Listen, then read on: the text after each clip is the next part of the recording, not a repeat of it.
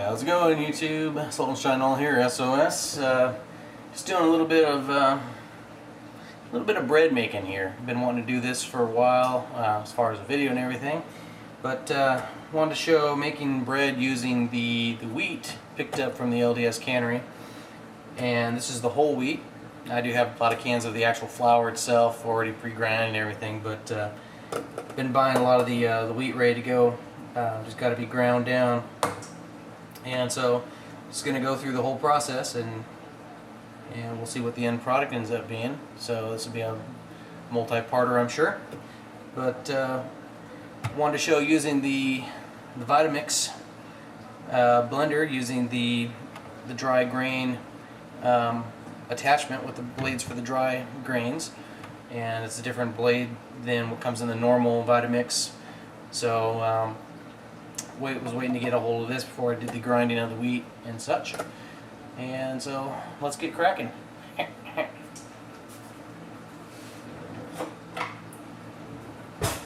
First thing got to do is open up the can.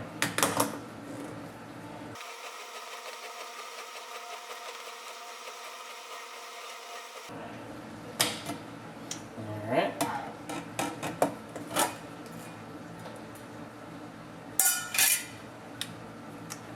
I love the Pampered Chef opener. Goes on that way, you have no sharp edges. It's got the little teeth there. Just put it on the side and it comes down and grabs that lid. Yank it right off. Love it. Makes it a lot easier to get these things off. I love that there's no sharp edges. Alright, so you're going to want to make sure that you have a container, something to store the flour in after you grind it, because obviously you don't want to keep it, I wouldn't want to keep it in the metal can afterwards. You can, but yeah, I'm not going to do it. I'm going to keep it in airtight container. This one's by OXO, OXO. So, and we'll get cracking.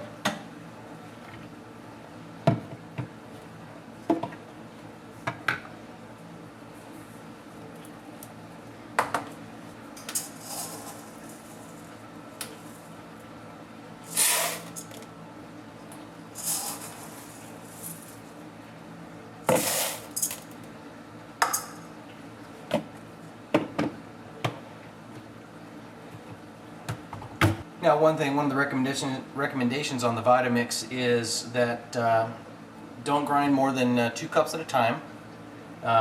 If you put too much in here, it has a 4-cup max, but putting more than 2 cups in at a time will result in poor circulation of the grain as it's being ground up. And you don't want that to happen. You want it to grind nice and fine. So it says to do it on variable to high, and that's going to be for 1 minute. And that'll get you just very fine. So let's crank it up.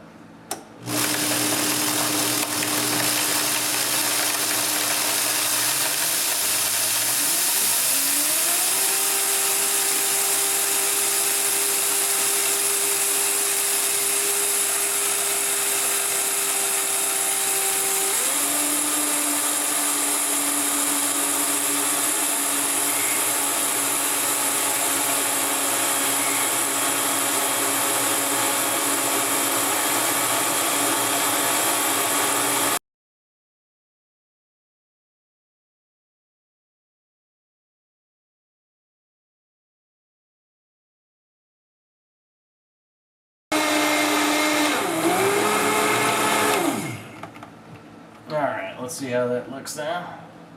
Oh yeah. Yeah, if you use the Vitamix, you know it gets nice and warm down at the base, so see that's very fine flour down in there. That's nice.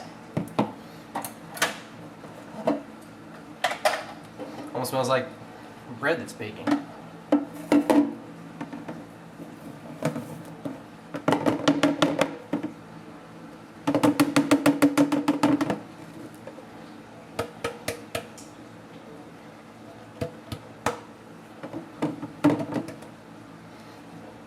Alright, so that's the first load there.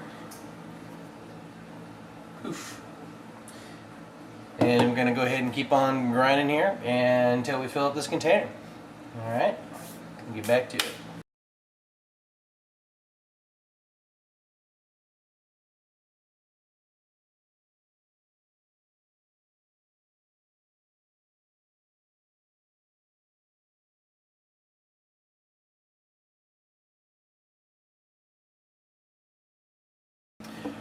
Alright, so I'm going to go ahead and leave it at that. This is a lot of flour here. That's probably about, it's a 3.7 quart, 3.5 liter container, and it's a lot of flour. It'll make a few loaves of bread, I would assume. Yeah, the thing when you grind up your wheat, you end up with about a 20% gain in volume.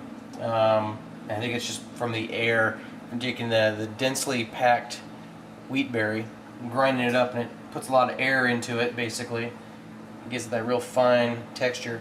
But yeah, you're going to end up with a lot more flour than you start off with your wheat berries, which is not a bad thing. So, just that there real quick. So yeah, this can go a little ways. Make a few loaves of bread, and a can of wheat cost I'm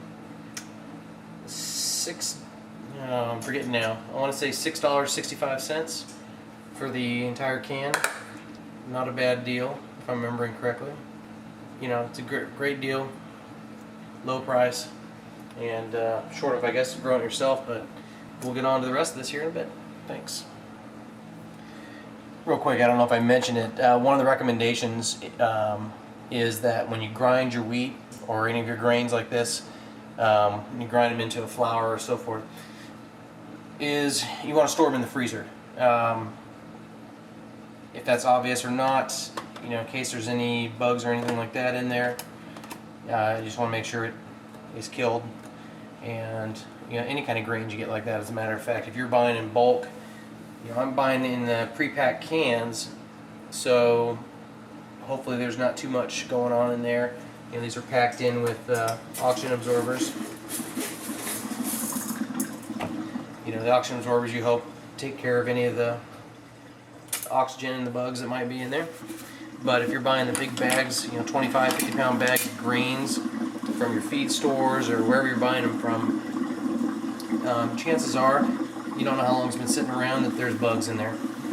Which some guys say, hey, no problem, that's extra protein, which, hey, it is, right? But some people get a little freaked out by it. So if you have the capacity to put your grain in a chest freezer, a deep freeze, for a few days. I think the minimum recommendation is like 3 days to try to kill anything off in there. But you can do a little longer if you like. Anyway, so yeah, I'm going to be putting this flour in the freezer for a short time, a few days, and then using it to make some bread.